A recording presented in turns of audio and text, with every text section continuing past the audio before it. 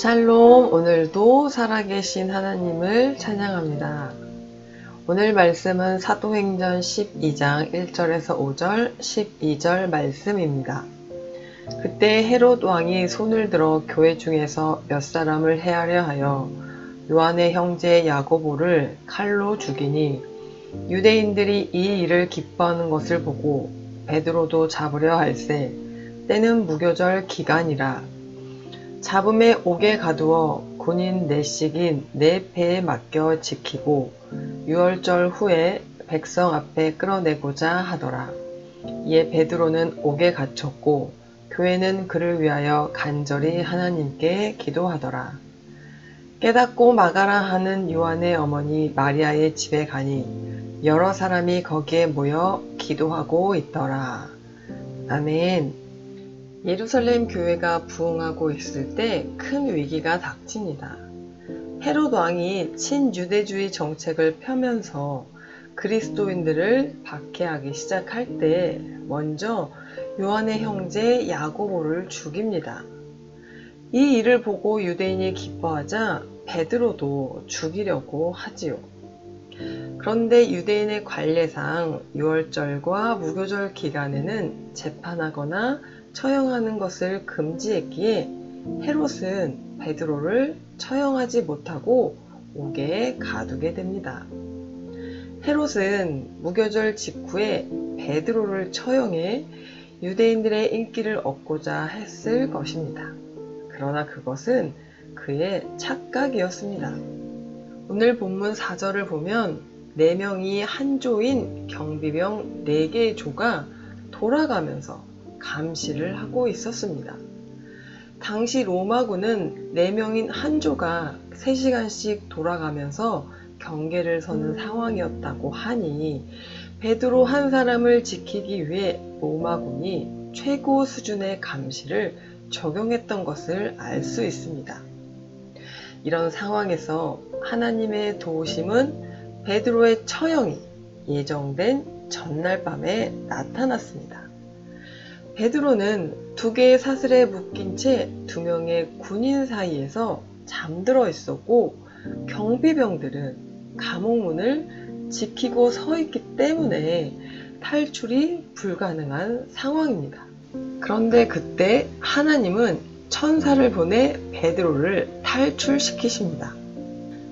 천사는 죽음을 앞두고 있었지만 태연하게 깊이 잠들어 있는 베드로를 깨워서 데리고 나갑니다. 4인 4조로 나누어 철저히 감시했지만 하나님이 그들의 눈을 가리시니 군인들은 이를 알지 못했던 것이지요. 베드로의 손목에서 쇠사슬이 풀리고 천사의 손에 이끌려 탈옥에 성공한 베드로는 거리로 나와서야 하나님이 천사를 보내신 사실을 깨닫고는 정신을 차리게 되었습니다. 그리고 즉시 마가의 어머니인 마리아의 집을 찾아가죠. 그곳은 성령이 처음 임했던 곳이기도 합니다. 제자들은 여느 때와 마찬가지로 그곳에 모여 베드로를 위해 기도하고 있었습니다. 거기 모인 사람들은 베드로가 헤롯의 손에 죽임을 당할 것을 걱정하며 그를 위해 기도하고 있었던 것입니다. 성도들의 기도에 응답하신 하나님이 이 같은 기적을 베풀어 베드로를 구출해 주신 것입니다. 이처럼 교회 공동체가 한마음으로 기도하며 부르짖을 때 기적은 현실이 되는 것이지요. 그러므로 성도들이 모여 합심해 기도할 때 하나님의 놀라운 구원의 역사가 이루어지심을 믿고 오늘도 각자의 처소에서 한마음으로 합심해 교회와 이웃과 나라와 열방을 위해 기도할 때 오늘 말씀처럼 우리에게도 놀라운 하나님의 구원의 역사가 일어날 줄 믿습니다. 말씀을 생각하며 기도하겠습니다. 우리 공동체가 늘 함께 기도하는 기도의 공동체가 되게 하시며 하나님께서 이루어 가시는 놀라운 기적의 역사를 보게 하옵소서. 오늘도 살아서 역사하시는 하나님을 찬양합니다. 예루살렘 교회가 부흥하고 있을 때 어려운 일이 닥칩니다. 그러나 이런 일이 있을 때 교회는 회복을 위해 기도하고 또 어려움의 상황에 있는 성도들을 위해 같이 합심하여 기도합니다. 그 기도를 통해 사람들이 상상할 수 없는 일들이 일어나고 사람의 눈을 가리고 하나님의 일하심을 통하여 하나님께서 행하시는 모든 일들이 이루어질 수 있음을 우리가 깨달아 알았습니다.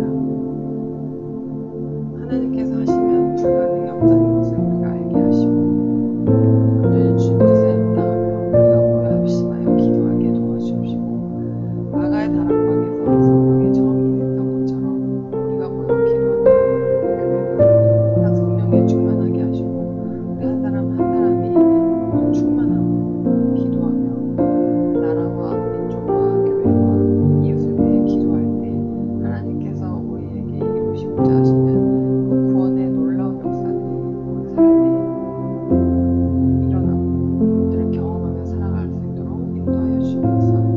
우리가 걱정할 것들은 아무것도 없습니다.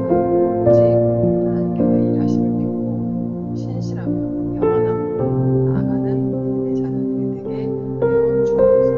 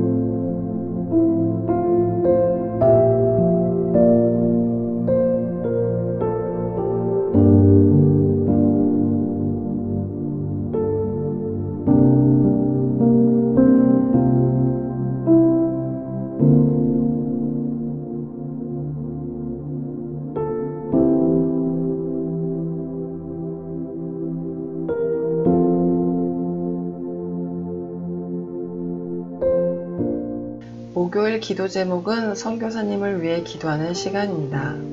김영진 시국 서머셋 캐나다 원주민 선교사님이 주님의 마음으로 사역하실 수 있도록 선교사님의 영육의 강건함을 위해 복음을 전할 수 있도록 환경을 열어주시고 사역 가운데 하나님의 능력을 더하여 주시도록 세계 곳곳에 계신 선교사님들의 안전과 영육의 강건함을 위해 기도해 주시고 마지막으로 개인 기도 제목을 가지고 기도하고 마치겠습니다.